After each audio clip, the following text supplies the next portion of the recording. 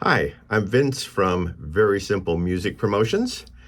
Today I'm going to have a tip on mailing CDs. For a lot of you, that's like, what? Do we still even deal with CDs?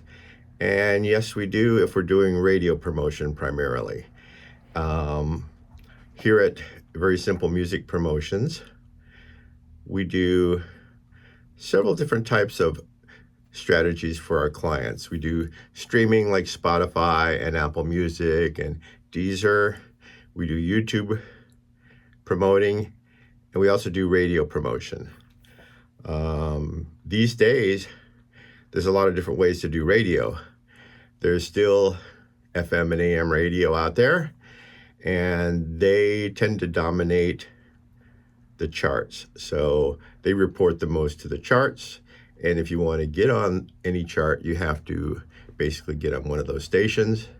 And we also deal with a lot of internet stations. Over the last 3 or 4 years, there's been a tremendous growth in the number of internet stations, and a couple of them have become pretty influential in how the charts work. So we're still sending CDs, and if you don't do it right, it can be a very costly affair. We send out probably 70 CDs, down from when I started this about 8 years ago. We were sending out close to 300 CDs. Then it's kind of dropped over time. And at this point, we're sending out about 70. We're sending the rest via email and having them download from a site, which is another topic we'll deal with. But today we're talking about mailing. If you do what the post office wants you to do, sending a CD will cost you about $5, which if you're sending out 60, 70 or more CDs starts adding up pretty quickly. There is another way, but you have to know what it is, and you have to be willing to probably argue with the clerk at the post office. And it's called non-machinable first class. If you're going to be trying to use non-machinable first class to mail your CDs, it starts when you manufacture your CDs.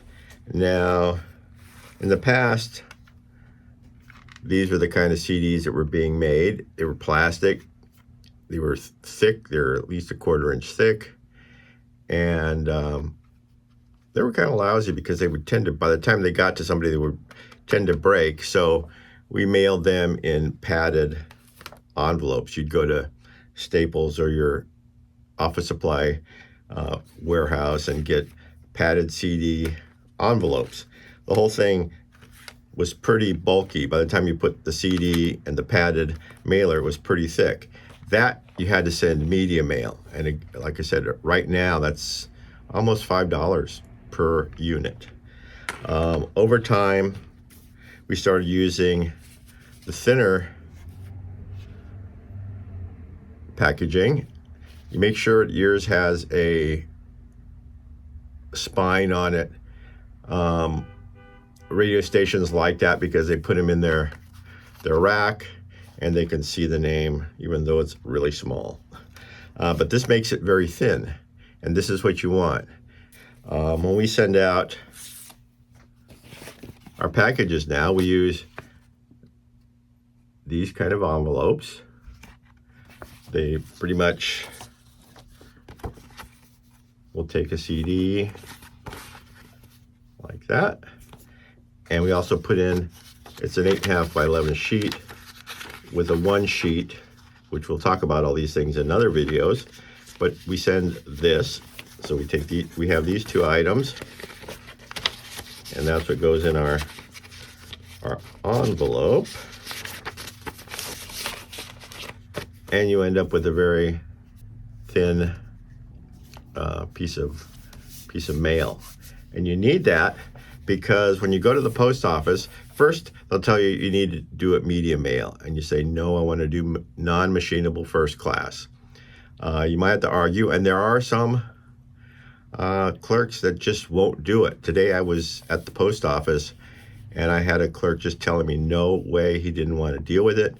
And luckily, the woman who taught me how to do this was working at the same time, and she came over and said, no, he can do it that way. This is the way we do it. So he said, okay, I'll sell you the postage, but you go put them in the box yourself. I'm not taking them. I'm not touching them. So you're going to get some blowback, but be assured, this is totally legal. You can mail it this way. I've sent hundreds and hundreds of CDs over the last 3 years as non-machinable first class, and they've all arrived. So,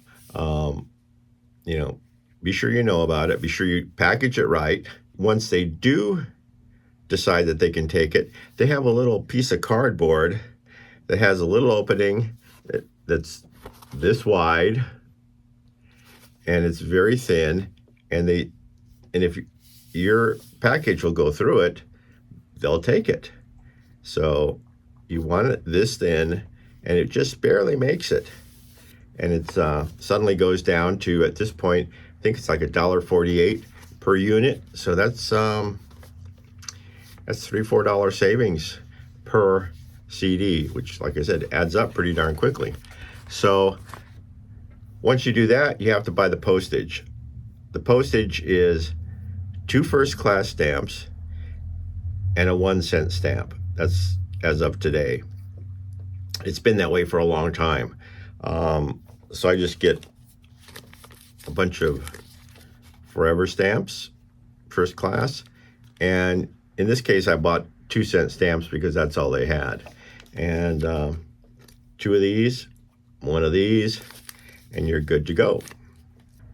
I always like to put the envelopes in the mailbox, or I take them to the front counter and hand them to the clerks there. So that's pretty much it. The one thing that I can say is that out of all the CDs I've ever sent out, no one has ever said they had a broken CD. So the need for using a padded envelope isn't really there.